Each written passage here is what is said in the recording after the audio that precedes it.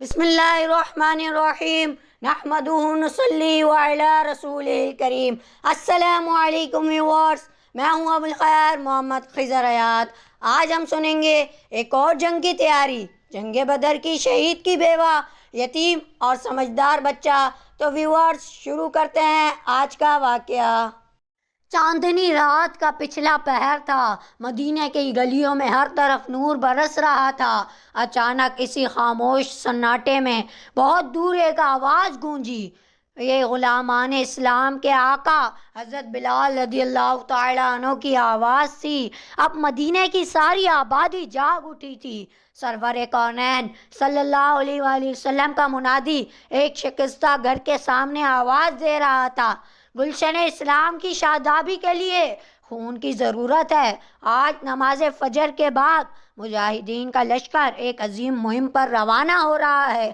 مدینہ کی بہادر مائیں اپنے نوجوان شہزادوں کا نذرانہ لے کر فوراً بارگاہ رسالت صلی اللہ علیہ وآلہ وسلم میں حاضر ہو جائیں۔ کلمہ حق کی برتری کے لیے تڑپتی ہوئی لاشوں کو خوشنودی حق کی بشارت مبارک ہو، مبارک ہو۔ خون کا آخری قطرہ جو ٹپکتے ہی اسلام کی بنیاد میں جذب ہو جائے۔ ایک ٹوٹے ہوئے دل کی طرح یہ ٹوٹا ہوا گھر ایک بیوہ عورت کا تھا۔ اپنے یتیم بچے کو گود میں لیے ہوئے وہ سو رہی تھی۔ حضرت بلال رضی اللہ تعالیٰ عنہ کی آواز سن کر چونک پڑی، دروازے پر کھڑی ہو کر پھر غور سے سنا۔ سنتے ہی دل کی چوٹ ابھر آئی، آنکھیں آنسوؤں سے جل تھل ہو گئیں۔ بچہ سویا ہوا تھا، ماں رو رہی تھی۔ فرط محبت میں بچے کو سینے سے چمٹا لیا۔ سسکیوں کی آواز سن کر بچے نے آنکھیں کھول دی، ماں کو روتا ہوا دیکھ کر بےتاب ہو گیا۔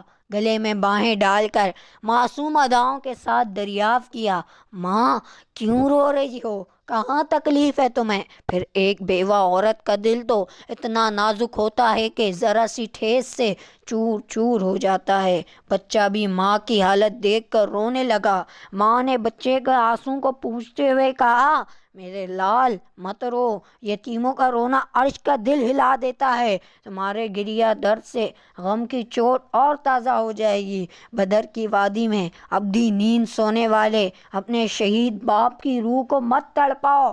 دنیا چھوڑنے کے بعد بھی شہیدوں کے دل کا رابطہ اپنے خون کے رشتوں سے باقی رہتا ہے۔ چپ ہو جاؤ، مت رو میرے لال۔ بیٹا، ابھی حضرت بلال رضی اللہ تعالیٰ عنہ، وہ بلال جنہیں ہم دہکتی ہوئی آگ کا نکھرا ہوا سونا کہتے ہیں، یہ اعلان کرتے ہوئے گزرے ہیں کہ اسلام کا پرچم دشمنوں کی زد پر ہے۔ آج نماز فجر کے بعد مجاہدین کا ایک لشکر میدان جنگ کی طرف روانہ ہو رہا ہے۔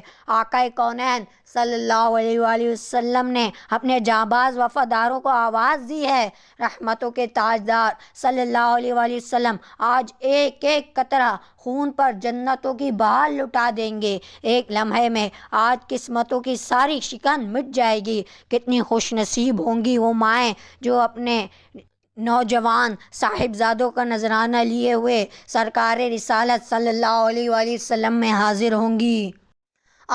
کتنی قابل رشک ہوں گی ان کی یہ التجا کہ یا رسول اللہ، ہم اپنے جگر کے ٹکڑے آپ کے قدموں پر نثار کرنے لائی ہیں۔ اسی آرزو میں انہیں دودھ پلا پلا کر جوان کیا تھا کہ ایک دن ان کے لہو سے دین کا چمن سیراب ہوگا۔ یا رسول اللہ صلی اللہ علیہ وآلہ وسلم، ہمارے ارمانوں کی یہ حقیر قربانی قبول فرما لیں۔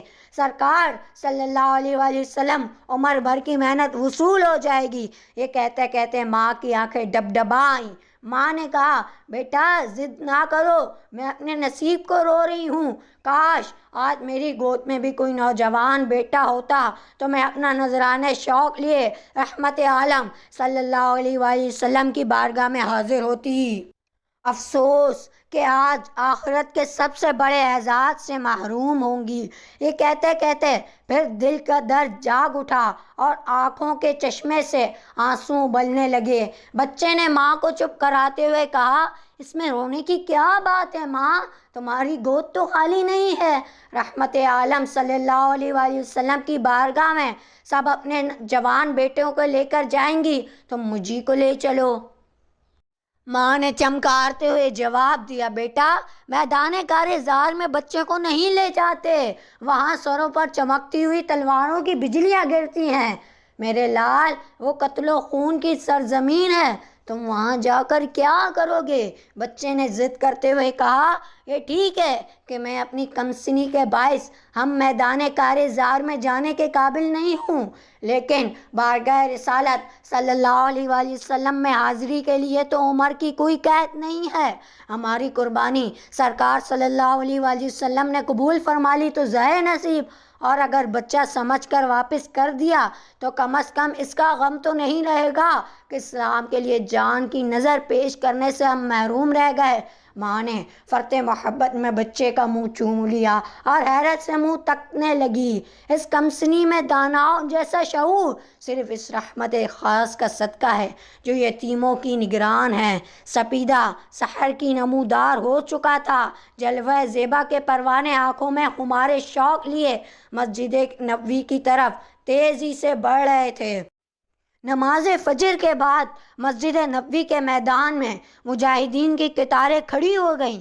جو نوجوان محاذ جنگ پر جانے کے قابل تھے انہیں لے لیا گیا، باقی واپس کر دیے گئے۔ انتخاب کے کام سے فارغ ہو کر سرکار صلی اللہ علیہ وآلہ وسلم واپس تشریف لا ہی رہے تھے کہ ایک پردہ نشین خاتون پر نظر پڑی جو اپنا چھوٹا بچہ لیے کنارے پر کھڑی تھی۔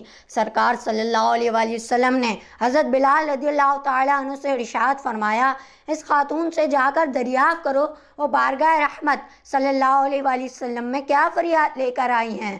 حضرت بلال رضی اللہ تعالیٰ عنہ نے قریب جا کر نہایت ادب سے پوچھا، دربار رسالت صلی اللہ علیہ وآلہ وسلم میں آپ کیا فریاد لے کر حاضر ہوئی ہیں؟ خاتون نے بھرائی ہوئی آواز میں جواب دیا، آج رات کے پچھلے پہر آپ اعلان کرتے ہوئے میرے گھر کے سامنے سے گزرے۔ اعلان سن کر میرا دل تڑپ اٹھا۔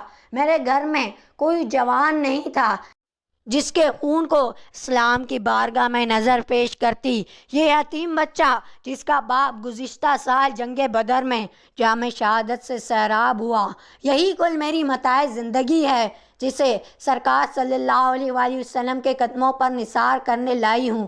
حضرت بلال رضی اللہ تعالیٰ عنہ نے بچے کو گود میں اٹھا لیا اور سرکار صلی اللہ علیہ وآلہ وسلم کی خدمت میں پیش کرتے ہوئے سارا ماجرا کہہ سنایا۔ سرکار صلی اللہ علیہ وآلہ وسلم نے بچے کو آغوش رحمت میں جگہ دی، سر پر ہاتھ پھیرا، پیار کیا اور نہایت شفقت کے ساتھ ارشاد فرمایا، میری رحمتوں کے محبوب صاحبزادے، تم ابھی کم سن ہو، محاذ جنگ پر جوانوں کی ضرورت پڑتی ہے، ابھی تم اپنی ماں کی آغوش میں پلو بڑھو اور گلشن اسلام کی بہار بنو۔ جب تمہارے بازو میں کس بل پیدا ہو جائے تو میدان جنگ خود تمہیں آواز دے گا۔ بچے نے اپنی تتلائی ہوئی زبان سے کہا، یا رسول اللہ، میں اپنی امی جان کو دیکھا ہے کہ جب وہ چولہا جلاتی ہیں تو پہلے چھوٹے چھوٹے تنکوں کو سلگاتی ہیں، جب آگ دہکنے لگتی ہے تو پھر موٹی موٹی لکڑیاں ڈالتی ہیں۔ یا رسول اللہ، میں جنگ کرنے کے قابل تو نہیں ہوں، لیکن کیا میدان کارزار گرم کرنے کے لیے مجھ سے تنکوں کا کام بھی نہیں لیا جا سکتا؟ اگر آپ مجھے اپنے ہمراہ نہیں لے گئے تو میری امی روتے روتے ہلکان ہو جائیں گی۔ وہ اس غم میں ہر وقت روتی رہتی ہیں کہ آج میری گود میں بھی کوئی جوان بیٹا ہوتا تو میں اسے اسلام کی نظر کر کے سرکار صلی اللہ علیہ وآلہ وسلم کی خوشنودی کا اعزاز حاصل کرتی۔ جن معصوم اداؤں کے ساتھ بچے نے اپنی زبان میں دل کے حوصلے کا اظہار کیا، سارے مجمع پر رکت طاری ہو گئی۔ سرکار صلی اللہ علیہ وآلہ وسلم بھی فرط اثر سے آبدیدہ ہو گئے۔ حضرت بلال رضی اللہ تعالیٰ عنہ سے فرمایا، جا کر اس بچے کی ماں سے کہہ دو کہ اس کی ننھی جان کی قربانی قبول کر لی گئی ہے، قیامت کے دن وہ غازیان اسلام کی ماؤں کی صفوں میں اٹھائی جائے گی۔ آج سے خدا کی ایک مقدس امانت سمجھ کر وہ بچے کی پرورش کا فرض انجام دے اور خدا کے ہاں بال بال کا اجر محفوظ رہے گا۔ سبحان اللہ۔